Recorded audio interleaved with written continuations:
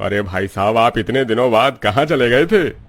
अरे कहीं नहीं लाला, वो मिसेज के साथ उसके मायके गया हुआ था। आज ही वापस आए हम।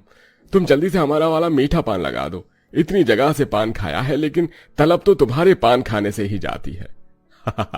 अरे हम अभी लगाई देते हैं, बस तनिक 2 मिनट रुकिए। कितने मुरझा गए हैं मेरे आंगन के सभी पौधे। सोचा था बहू आएगी तो रोज आंगन के पौधों को पानी देगी, लेकिन मुझे तो रोज इसके मुंह पर पड़ा है। अरे तुमने उस शांति की बेटी के बारे में सुना? उसका पिछली वाली गली के विक्की के साथ चक्कर चल रहा है। सुनने में आया वो बहुत बड़ा गुंडा है। अरे ये तो कुछ भी नहीं है, मेरी खबर सुनो। वो सरला की बहू है ना, क्या नाम है उसका? हाँ, विनीता। विनीता और सरला के बेटे रोहन का तलाक का मामला चल रहा है। मैंने तो पहले ही कहा था ज्यादा पढ़ी लिखी बहू मत लेकर आओ। लो, लेकिन इससे हमें क्या? हम क्यों इन लोगों के बारे में बातें करके अपनी जुबान गंदी करें? चलो मैं तो चलती हूँ, रिंकू के पापा के लिए खाना बनाना है। ये है घोटाला मोहल्ला। जिस मोहल्ले का नाम ही घोटाला हो, उस मोहल्ले में कभी कुछ सीधा हो सकता है क्या? अभी तो इस मोहल्ले में काफी शांति है, लेकिन क्या ये शांति इसी तरह बनी रहेगी या कोई धमाल मचने वाला है? आइए आगे इस कहानी में जानते हैं। हाय रे मोरी कमर। अभी 2 दिन पहले तो कमर का दर्द ठीक हुआ था। किस चुड़ैल ने हमारी गैलरी में पानी डाल दिया है। अभी तो कांताबाई पोछा लगा कर गई थी। बेचारी सुषमा दर्द भरी कमर पकड़ कर उठती है और आसपास देखती है कि उसकी गैलरी में कहां से पानी आया। यही पूनम की पानी की टंकी पर जाती है। टंकी भर जाने का कारण भी सारा पानी अब सुषमा की गैलरी पर आने लगा था। जब से ये पड़ोसन आई है तब से नाक में दम करके रख दिया है। आज तो मैं इसे छोड़ूंगी नहीं। सुषमा साड़ी का पल्लू कमर में ठूस कर सीधा अपनी पड़ोसन पूनम के घर जाती है। अरे सुषमा बहन, तुम इस वक्त? तुम्हारे घर में क्या कोई पैसों का पेड़ है? तो हमें भी जरा उसमें से पैसे तोड़कर दे दो। अरे पैसों का भी पेड़ होता है क्या भला? ये कैसी बातें कर रही हैं? सही कह रही हूँ मैं। तभी तो सुबह मोटर चला देती हो तो शाम तक मोटर बंद करने का नाम नहीं लेती। तुम्हारी टंकी का पानी भर भर कर हमारी गैलरी में आने लगता है। इतनी मुश्किल से मेरी कमर का दर्द ठीक हुआ था, लेकिन तुम्हारी वजह से मैं गिर गई और दोबारा से मेरी कमर में दर्द शुरू हो गया। जब से यहाँ पर आई हो तब से जीना हराम करके रख दिया है तुमने मेरा। जितना आपसे प्यार से बात कर रही हूँ आप उतना ही मुझ पर चढ़ रही हैं। मेरी टंकी का पानी है जहां भी जाए, इससे आपको क्या? अरे मेरी बला से नरक में जाए, लेकिन मेरी गैलरी में क्यों आ रहा है? अभी तुम्हारी मकान मालिक से बात करके तुमसे घर खाली करवाती हूँ। बड़ी आई हमसे घर खाली करवाने वाली। मैं अभी देखती हूँ कि जो करना है कर ले। अरे भाई साहब, ये औरतों का कोई और काम नहीं होता है। जब देखो खिच पिच खिच पिच खिच पिच। अरे भैया, औरतें हैं, औरतें छोटी सी बात को लंबी करना कोई इनसे सीख लो। हैं, चलो चलकर हम चाय पीते हैं। आपने वो कहावत तो सुनी होगी, जिस घर में 4 बर्तन होते हैं वो बजते जरूर हैं। ऐसा ही हाल इस मोहल्ले का भी था। आए दिन किसी न किसी के घर या पड़ोस में छोटी मोटी चीजों को लेकर बहस तो चलती रहती थी। कुछ लोग इस बहस को रोकने का काम करते थे तो कुछ आग में घी डालने का काम करते थे। रहने दे मोना, ये रोज रोज तेरी छत से कपड़े जो मेरी छत पर गिरते हैं ना, उन्हें लेने के बहाने तू रोज मेरे घर में आती है। सब पता है मुझे। अरे तुझे मेरे घर में जानना है तो मुझसे ही पूछ लिया कर। ऐसे रोज कपड़े लेने के बहाने क्यों आती है? हाँ, तू तो देश की प्रधानमंत्री है ना, क्या चल रहा है क्या नहीं तेरे घर से तो मुझे पूरी खबर मिलती है। अरे हवा पर क्या किसी का कोई जोर होता है? अगर कभी कभार तेरी छत पर कपड़े गिर भी गए तो क्या हो गया?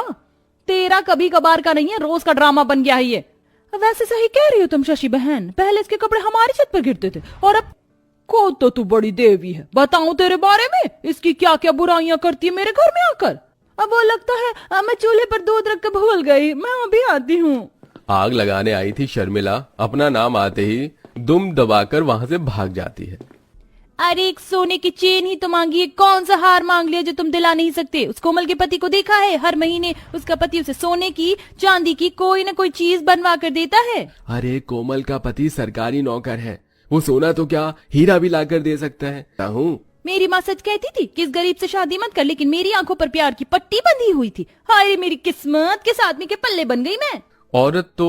औरत इस मोहल्ले में तो मर्द भी एक दूसरे से परेशान रहते थे। ऐसे ही एक दिन अरे हाँ, मैं भी गई थी इस दुकान पर। बड़ी गजब की साड़ियाँ मिलती है। इस साल दिवाली पर मैं भी वहीं से साड़ी लेकर आऊंगी। विमला अपनी पड़ोस की सहेलियों के साथ मोहल्ले में खड़ी होकर बात कर रही होती है कि तभी मोहल्ले में रहने वाली सुषमा गुस्से से विमला के पास आती है। मेरे चेहरे पर क्या कोई चुटकुला लिखा है जो तू इतनी देर से मुझे देख देख कर हंस रही है? वैसे चुटकुले की कोई जरूरत नहीं है, तेरा चेहरा देखकर तो वैसे ही हंसी निकल आती है। तेरी इतनी हिम्मत कि तू मुझे देखकर हंस रही है। तुझे देखने से अच्छा है कि मैं किसी गटर की नाली के कीड़े को देख लूं। मेरे पास इतना फालतू का समय नहीं है जो तुझे देखकर मैं हंसूं। हाँ हाँ, तू तो जैसे कोई कैटरीना कैफ है ना, बड़ी आई चिमकांडी सी शक्ल की औरत। तूने मुझे चिमकांडी कहा? तू क्या कुत्ते की खुजली वाली पूछ। विमला जुबान संभाल कर बात कर, वरना तेरी जुबान खींचकर तेरे पैर के अंगूठे से बांध दूंगी, समझी? चुड़ैल का कोई और काम ही क्या होता है। विमला की बात सुन सुषमा अब खुद पर से काबू खो देती है। अब विमला भी सुषमा के बाल पकड़ लेती है और दोनों पड़ोसनी एक दूसरे को पकड़कर मारने लगती है। दोनों पड़ोसनों को इस तरह लड़ता देख पूरे मोहल्ले वाले इकट्ठा हो जाते हैं। विमला सुषमा एक दूसरे को मारते मारते मोहल्ले से बाहर बीच सड़क पर चली जाती है, जिसके चलते सड़कों पर से गाड़ियों को निकालना मुश्किल होता है और अब गाड़ियां चला रहे लोग भी अपनी गाड़ियों से उतरकर उन दोनों की लड़ाई देखने लगते हैं। अरे भाई साहब, कोई तो इन मोहल्ले की औरतों को समझाओ कि ये लड़ाई मोहल्ले में अच्छी लगती है, इस तरह सड़कों पर नहीं। पूरी सड़क जाम करके कर दी इन दोनों औरतों ने। अरे भाई, हम इनके लड़ाई के बीच में गए ना तो ये दोनों हमें भी लपेट लेंगी। ये मोहल्ले की औरतें बड़ी खतरनाक होती हैं। बड़ी मुश्किल से सुषमा और विमला के घर वाले जाकर उन दोनों को अलग करते हैं और घर ले जाते हैं। लेकिन ये तो इस मोहल्ले के लिए आम बात थी।